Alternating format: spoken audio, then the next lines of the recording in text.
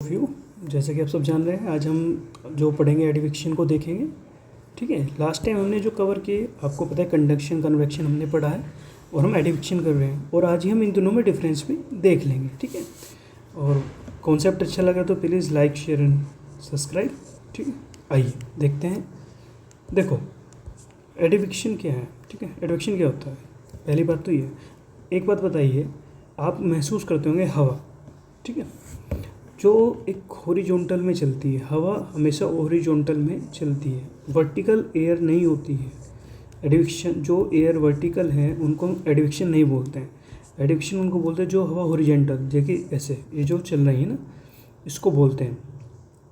ठीक है, यदि मैं आपसे बोलूँ जब हवा एक जगह से दूसरी जगह जाती है, मैं आपसे बोल रहा हूँ जब हवा एक जगह से दूसरी जगह जाती है, क्या वो वहाँ का टेम्परेचर बढ़ाती है? आप कहोगे हाँ सर बढ़ाती है। ठीक है, एक बात का ध्यान रखना। दूसरी बात, अपने साथ टेम्परेचर तो लेके जाती है। ठीक है, तो उसको ही हम क्या बोलते हैं, आपका एडवेक्शन बोलते हैं। देखा आपको इमेज में दिख रहा होगा आपका हॉरिजॉन्टल विंड। ठीक है, hot source of reason, hot source of reason, ठीक है, गर्म स्रोत जो है वो क्या है, हवाई तो है। आपका टेम्परेचर यहाँ मान के चलिए, ये आपका इलाका है कौन सा, रेगिस्तान वाला। ठीक है, यहाँ पे टेम्परेचर बहुत है, और जो यहाँ की हवाएं हैं वो हॉरिजॉन्टल चल रही हैं। ये आ गई कौन से एरिया में, ये मान के चलिए आपका आ गया दिल्ली। ठीक है, तो क्या रेगिस्तान की जो हवाएं हैं जो राजस्थान से आ रही हैं, जो गर्म है, जो चल रही है, क्या वो इस लैंड का टेम्परेचर नहीं बढ़ाएंगी? क्या वो दिल्ली का टेम्परेचर नहीं बढ़ाएंगी? आपको हाँ सर बढ़ाएंगी, क्योंकि हवा अपने साथ क्या लेके चल रही है, टेम्परेचर लेके चल रही है। बात समझ में आ गई? ठीक है, एक बात का इस बात आप बड़ा ही ध्यान रखना है ना। दूसरा, मैं आपसे बोलूं कि अब मुझे आप लोग डिफरेंस बताओ। जस्ट वेट, में पेज ऐड कर लेता हूँ।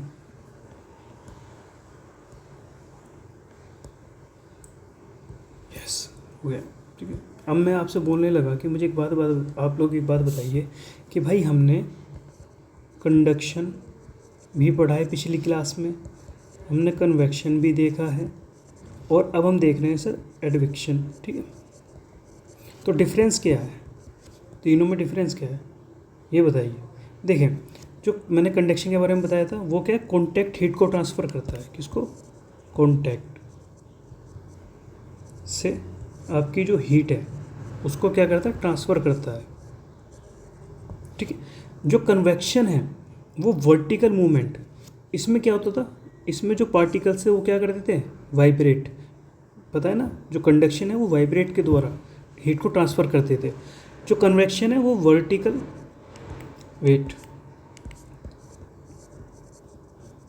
वर्टिकल मूवमेंट के द्वारा, मतलब अपर और नीचे, ऊपर और नीचे, ऊपर और नीचे। ठीक है, ये मूवमेंट करते थे, वर्टिकल मूवमेंट होता था इसमें पार्टिकल्स का, ये मूवमेंट करते थे, और ये वाइब्रेट, ये वाइब्रेशन के थ्रू। ठीक है, ये मोमेंटम के थ्रू मूवमेंट। ठीक है, लेकिन जो एडवेक्शन है ये कैसा मूवमेंट है, कन्वेक्शन। आपको किस तरह ये वर्टिकल मूवमेंट हो रहा है, ये ऐसे हो रहा है, ऐसे हो रहा है। ठीक है, लेकिन जो एडवेक्शन है वो कैसा है, आपको किस तरह हॉरिजॉन्टल है, और हॉरिजॉन्टल मूवमेंट है। ठीक है, मतलब ये ऐसे वाला है। जो हमें हवा फील होती है बॉडी पे वो कैसे वाली हो, ऐसी तो होती है। बोलते हैं ना कि भाई पछुआ हवा है, पूर्वी हवा है, मतलब पश्चिम हवा है या पूर्व की हवा है, वो जब तो पता चलेगा। भाई वर्टिकल तो ऐसे होगा ना, वर्टिकल क्या डायरेक्शन बताएगा, नहीं बताएगा। ठीक है, बात समझ में आ रही? तो इस बात का ध्यान रखना। ये देखिए, ठीक है, ये होता है आपका एडवेक्शन। बात समझ में आ गई? तीनों को मैंने कॉन्सेप्ट आपको डिफरेंस बता दिया। ठीक है, एक बात का ध्यान रखना, रियल लाइफ यदि एग्जांपल देखें, आपके यहाँ गर्मियों में हमारे यहाँ लू चलती है, नॉर्थ इंडिया में क्या चलती है, लू। ठीक है, लू किसका एग्जांपल है बताइए, कन्वेक्शन का, कंडक्शन का, एडवेक्शन का। तो आप कहोगे सर हॉरिजॉन्टल चलती है लू, तो जो भी हमें हवा लग रही है वो कैसी है, वो हॉरिजॉन्टल है। और हॉरिजॉन्टल हवा कैसी होती है, एडवेक्शन होती है। तो लू भी क्या हुई आपकी, एडवेक्शन हुई। आगे बात समझ में? अब आप कहोगे सर जो हिमालय में कोल्ड, जो ठंडी हवा चलती है हिमालय में, नॉर्थ इंडिया में सबसे ऊपर, ठीक है, तो वो कैसी है सर, वो क्या है सर, भाई वो भी क्या है, हमारा एडवेक्शन है। क्योंकि जो भी हमें हवा छू के जा रही है वो कैसी है, वो हॉरिजॉन्टल है, वो एडवेक्शन हुई। बात समझ में आ गई? तो वेदर चेंज करने में भी किन की ज़्यादा भूमिका होती है? एडविक्शन की होती है, इस बात का ध्यान रखना हम लोग, ठीक है। और एक और बात, जो मिड एल्टीट्यूड है हमारा, मतलब मध्य अक्षांश जो है, मिड लैटिट्यूड, मध्य अक्षांश, ठीक है। ये मध्य अक्षांश किसको बोलते हैं? 30 डिग्री से 60 डिग्री के बीच में, ठीक है। इसमें बड़ी भूमिका निभाती है वेदर चेंज करने में कौन? एडविक्शन निभाता है, ठीक है।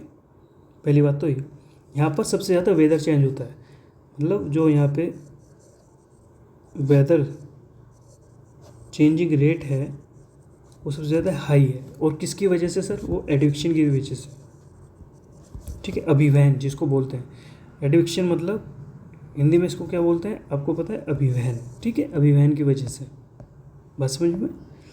पहली बात, अब काम कैसे करता है इस एरिया में? ये काम कैसे करता है भाई? देखो, जो हॉट एयर है, इस एरिया की जो हॉट एयर है, ठीक है, जिसका टेम्परेचर इंक्रीज हुआ है, पहली बात तो ये, ठीक है।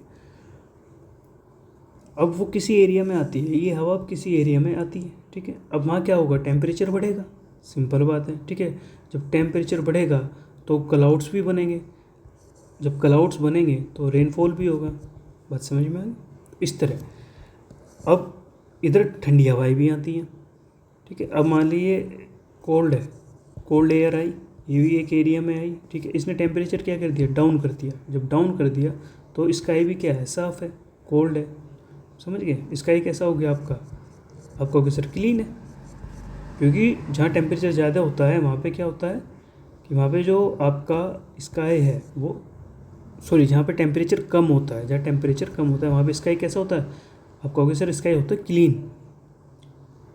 बात समझ में आ गई? ये चीज़ मैंने आपको समझाई, कोई दिक्कत यहाँ पे? और इन सब में एडविक्शन बड़ा ही मेन इम्पोर्टेंट रोल निभाता है वेस्टर्न में, ठीक है। चलिए, अब आपने देखा होगा, आपने सुना होगा वेस्टर्नली डिस्टर्बेंस, मैं आगे भी पढ़ाऊँगा आपको।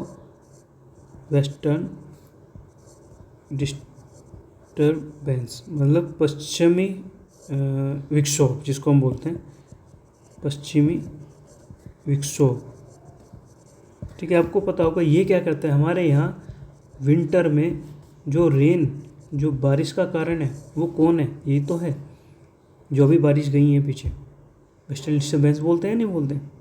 ये नॉर्थ इंडिया में टेम्परेचर को गिरा देता है, ठंडा कर देता है हमारे यहाँ वेस्ट। भाई अब आप कहोगे सर वेस्टर्न डिस्टर्बेंस, आपको याद है ये पानी कहाँ से लाता है? मेडिटेरियन सी से उठा के लाता है, कजाकिस्तान और आपका अफगानिस्तान, इधर से होता हुआ, किर्गिस्तान से होता हुआ बारिश करता आता है, क्योंकि पानी का रिसोर्स कहाँ है इसका? मेडिटेरियन सी।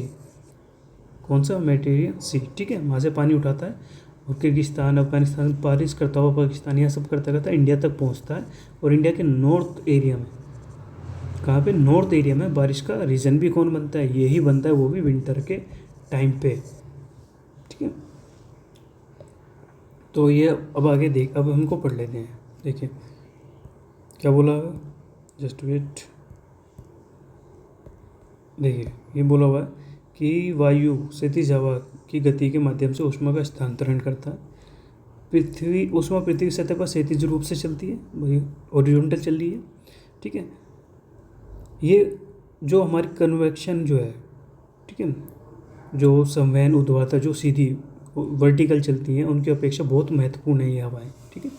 मध्य अक्षांश मतलब मिड लैटिट्यूड में दिन रात मौसम में विविधता कारण बनता है, मैंने बता दिया आपको, ठीक है।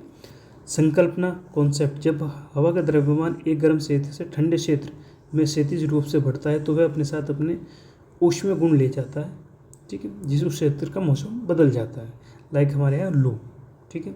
अभिवहन की एक प्रक्रिया, कोई दिक्कत नहीं, क्वेश्चन यहाँ पढ़ लेना, ये मेरी प्रीलिम्स फैक्ट देख लेना, ठीक है। वही है सेम जो मैंने बताया आपको कि मध्य अक्षांशों में बदलाव का कारण भी यही होता है। यहाँ मैंने आपको तीनों में डिफरेंस बता दिया। कंडक्शन मतलब क्या? चालन। कन्वेक्शन मतलब संवहन, और एडवेक्शन मतलब अभिवहन, मैंने तीनों बता दिया, ठीक है।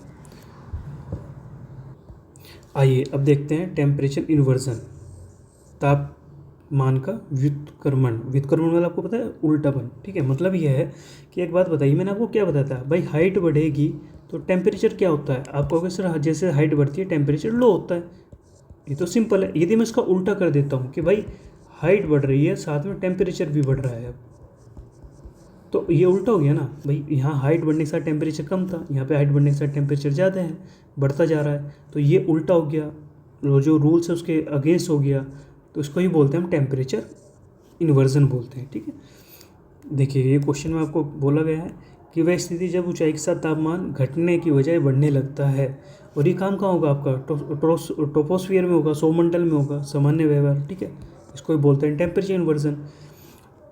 सामान्य स्थिति ऊपर जाने पर हवा ठंडी होती है, जैसे जैसे हम जाएंगे मैंने कहा टेम्परेचर आपका कम होता जाता है नॉर्मली बेस पर, लेकिन व्युत्क्रमण की स्थिति पर जब इन्वर्जन हो जाता है तो गर्म हवा की एक परत अपने नीचे की ठंडी हवा की परत को फंसाकर उसको क्या कर देती है, गर्म कर देती है। ठीक है, तो इसलिए टेम्परेचर भी देखो बढ़ने लगता है। ठीक है, ये देखिए बस समझ में।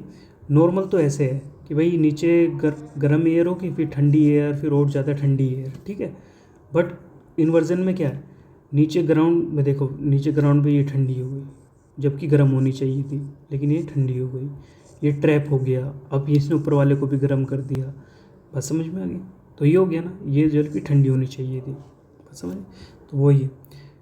इसकी शर्तें क्या है बनने के लिए, लंबी सर्दियों की रातें, साफ आसमान और सतह के पास शांत हवा, ये इन्वर्जन का एक मतलब शर्त है कि भाई लंबी सर्दी रातें होनी चाहिए, साफ हवा और साफ आसमान होना चाहिए, सतह शांत होनी चाहिए। ठीक, अब कॉन्सेप्ट, लंबी साफ सर्दियों की रात के दौरान ज़मीन बहुत तेज़ी से ऊष्मा को क्या करती है, ऊष्मा खो दे देती है। मतलब जो हमारी पृथ्वी की पार्थिवीकरण, मतलब कि जो पृथ्वी के अंदर से निकलने वाली क्या है, किरणें हैं, जिसको हम लॉन्ग टेरेस्ट्रियल जो वेव बोलते हैं। ठीक है, और अत्यधिक ठंडी हो जाती हैं। ज़मीनों को छूने वाली हवा उसके ऊपर की हवा की तुलना में अधिक ठंडी हो जाती है। देखिए ये ग्राउंड है, ये देखिए, जिससे एक लीड प्रभाव पैदा होता है। ठीक,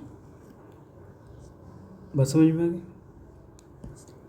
मतलब कहने का ये है इसमें कि भाई लंबी साफ सर्दी की रातों के दौरान ज़मीन बहुत तेज़ी से ऊष्मा खो देती है अपनी, क्योंकि वो ठंडी हो गई है। देखो मैंने बताया ना, ये देखो ग्राउंड, देखो वैसे तो हमारे यहाँ जो ग्राउंड लेवल पे जो एयर थी वो कैसी होती थी, गर्म होती थी, लेकिन अब ग्राउंड लेवल पे एयर कैसी हो रही है, इन्वर्जन के टाइम ठंडी हो रही है, वो अपनी हीट खो देती है जब भी तो ठंडी हो रही है। ठीक है, और ज़मीन को छूने वाली हवा उसके ऊपर की हवा की तुलना में अधिक ठंडी हो जाती है।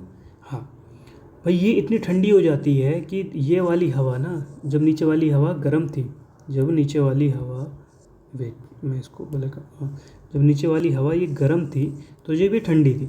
अब ये जब इन्वर्जन हुआ तो बहुत ठंडी हो गई, इतनी ठंडी हो गई कि ये इसकी तुलना में ज़्यादा ठंडी हो गई, इसकी तुलना में ज़्यादा ठंडी हो गई। ठीक है, अब ये जाल में फंस चुका है। बस समझ में आ गई। अब इससे क्या होगा, ये ऊपर वाले को अब क्या कर देगा, इसको जो ये अभी गर्म कर देगा, हीट ज़्यादा हो जाएगी, क्योंकि ये ट्रैपिड स्मोक पॉल्यूशन के कारण। ठीक है, व्यवहारिक उदाहरण, दिल्ली में भयंकर शीतकालीन स्मोक, जैसे हमारे यहाँ दिल्ली में भयंकर आपने देखा ना कि ठंड में कितना स्मोक होता है, यह इसका ही रीज़न है इन्वर्जन का। ठीक है, यह व्युत्क्रमण एक छत की तरह काम करता है जो वाहनों के धुएं और पराली के धुएं को ज़मीन के पास फंसा लेता है। तो टेम्परेचर इन्वर्जन में सबसे मेन रोल किसका रहा है, पोल्यूशन का है, प्रदूषण का है। समझ गए, ये देखिए टेम्परेचर उत्क्रमण को निचले वायुमंडल में स्थिरता को बढ़ावा देता है, जो ऊर्ध्वाधर वायु धाराओं में संवहन को रोकता है। ये मैंने आपको बता दिया। ठीक है, ये आइए अब पढ़ते हैं पार्थिवीकरण के बारे में, जो भी हमने पीछे पढ़ा है। ठीक है, उसके बारे में टेरेस्ट्रियल रेडिएशन। आप कहोगे सर किस में पढ़ा है, अभी वो तो बताया, टेम्परेचर इन्वर्जन में, तापमान व्युत्क्रमण में तो बताया। ठीक है, आप कहोगे सर कहाँ बताया, ये देखिए ये बता रखा, पार्थिवीकरण से जब ऊष्मा खो देती है पृथ्वी बहुत ज़्यादा ठंडी हो जाती है। देखिए टेरेस्ट्रियल रेडिएशन पार्थिवीकरण क्या होता है। देखो मैंने आपको क्या बताया था, मैंने आपको एक बात बताई थी, जब हमारी सूरज से जो रेज आती हैं वो किस रूप में आ रही है, शॉर्ट वेव के रूप में आ रही है। ठीक है, अब होता ये है कि जो CO2 है, जो ये CO2 है, ये हमारी CO2 है। CO2 मैं आपको ये पहले पढ़ा चुका हूँ, जो बैक टू बैक क्लास देख रहे हैं उसको पता है, बस ये टॉपिक आया तो मैंने बता दिया। जो CO2 है वो इनके लिए कैसी है, जो CO2 है वो शॉर्ट वेव्स के लिए कैसी है, आप कहोगे सर पारदर्शी है। ठीक है, वो पृथ्वी तक इनको आने देती है। अब पृथ्वी क्या होने लगी, नहीं रही से गर्म होने लगी। जब कोई चीज़ गर्म होने लगती है तो वो भी तो हीट पास करेगी ना। हाँ, आप कहोगे सर बिल्कुल, ये पृथ्वी गर्म होने लगी। अब जब गर्म हो के अब पृथ्वी अपनी हीट पास कर रही है, अपनी तरंगे निकाल रही है, लॉन्ग वेव, दीर्घ लॉन्ग वेव, जिसको बोलते हैं टेरेस्ट्रियल रेडिएशन। जब ये निकलती है ना भाई, तो ये वायुमंडल तक जाती हैं, और वायुमंडल के जाने के बाद CO2 इनके लिए कैसी है बताओ। CO2 इनके लिए कैसी है, CO2 इनका क्या कर देती है, इनको वापस कर देती है, इनको सोख लेती है, मतलब इनको अवशोषित करती है। CO2 किनको अवशोषित करती है, आप कहोगे सर लॉन्ग वेव को, जिसको हम टेरेस्ट्रियल रेडिएशन बोलते हैं। ठीक है, अब इनको ऑब्जर्व करा, मतलब सोख लिया, सोखने के बाद इनको वायुमंडल पे ही रोक देती है, नीचे ही, अंदर ही। ठीक है, जब ये रोक देंगी तो क्या टेम्परेचर इंक्रीज नहीं होगा, आपको क्या सर इंक्रीज होगा। इसको हम क्या बोलते हैं, ग्लोबल वार्मिंग।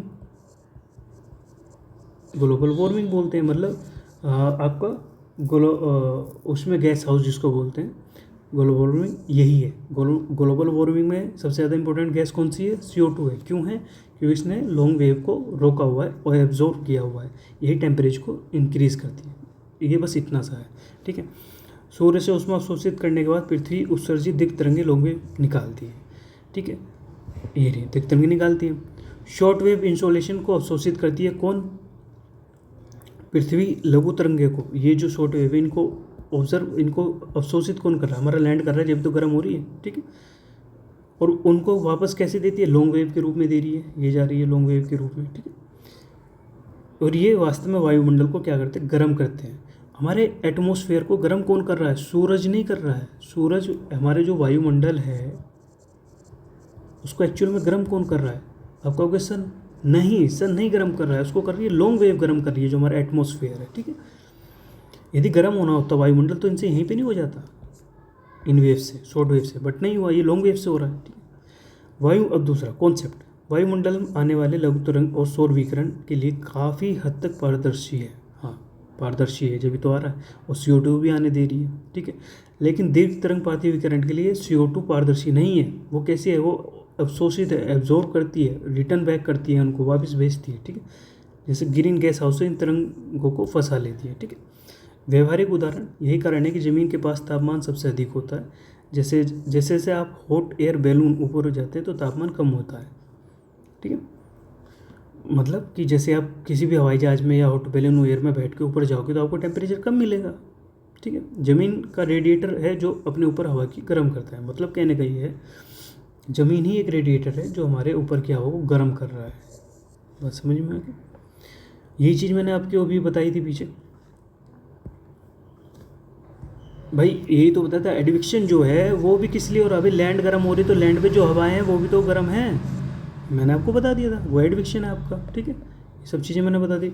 टेम्परेचर इन्वर्जन बता दिया कि भाई अब जब तक हमारा जो लैंड है वो गर्म है तो हमारा जो है नॉर्मल टेम्परेचर चलता रहेगा, लेकिन जैसे वो लैंड के आसपास की जो एयर है वो ज़्यादा ठंडी होने लगी तो आपका व्युत्क्रमण होने लगता है। ठीक है, चलिए तो आज के लिए हम सब इतना रखते हैं। ये मैं आपको, चलो NCERT कर लेते हैं। ये वायुमंडल में प्रमुख भाग का निर्माण कौन सी गैस करती है, बताइए।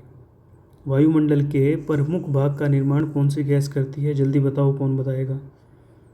आप कहोगे सर नाइट्रोजन। एटमॉस्फेयर से ज़्यादा कौन है, नाइट्रोजन है। नाइट्रोजन के बाद मैंने बताया था नाइट्रोजन, ऑक्सीजन, ऑर्गन और फिर CO2, इस तरह ही तो पाई जाती है सबसे ज़्यादा और कम की ओर। ठीक है, कौन सी गैस आने वाली सौर विकिरण के लिए पारदर्शी है, कौन सी गैस आने वाली सौर विकिरण है जो शॉर्ट रेंज वाली वेव है उनके लिए कैसी है, ट्रांसपेरेंट है, बिल्कुल अभी बताया था आपको। ठीक है, और जाने वाली पृथ्वी विकिरण के लिए अपारदर्शी है, कौन सी गैस है, कार्बन डाइऑक्साइड। ठीक है, पृथ्वी किस महीने अपने उपसौर पेरिहेलियन पर पहुंचती है, बताओ किस महीने पहुंचती है, जल्दी जल्दी। पेरिहेलियन बताया ना आपको, जनवरी में, बात समझ में आई, जब पृथ्वी सूरज के बिल्कुल पास होती है। ठीक है, और जुलाई में क्या होता है, एपेलियन। ठीक है, मतलब जब हमारा, देखो जनवरी में क्या होता है, ये हमारा सन है। ठीक है, और ये हमारी अर्थ है, ये दोनों पास पास है। लेकिन जुलाई में क्या होता है, ये हमारा सन है और ये हमारी अर्थ है ये डिस्टेंस बढ़ जाती है इनमें। ठीक, चलिए, गर्मी के दौरान उत्तरी भारत में चलने वाली स्थानीय हवा लू किसका परिणाम है? क्या कंडक्शन का? नहीं सर। कन्वेक्शन? नहीं सर। एडवेक्शन का। This is right. ठीक, कौन सी आपतित सौर विकिरण उच्चतम प्रतिशत को दर्शाती है? आपतित सौर विकिरण एल्बिडो। कौन दर्शा रहा है एल्बिडो को? फसल? नहीं सर। जिसकी सतह ज़्यादा ट्रांसफ़र करती हैं किरणों को, मतलब रिफ्लेक्ट करती है। नहीं सर। बर्फ़ से ढके पहाड़ सर। This is right. ठीक है, ये कुछ रिवीजन टेबल मैंने आप लोगों के लिए बना रखी है, देख लेना। ठीक है, ये सब रिवीजन टेबल है आप लोग। चलिए, तो आज के लिए इतने रखते हैं। Thank you. Right, please channel को आप लोग सब्सक्राइब करें, सपोर्ट दिखाएं। बहुत बहुत धन्यवाद।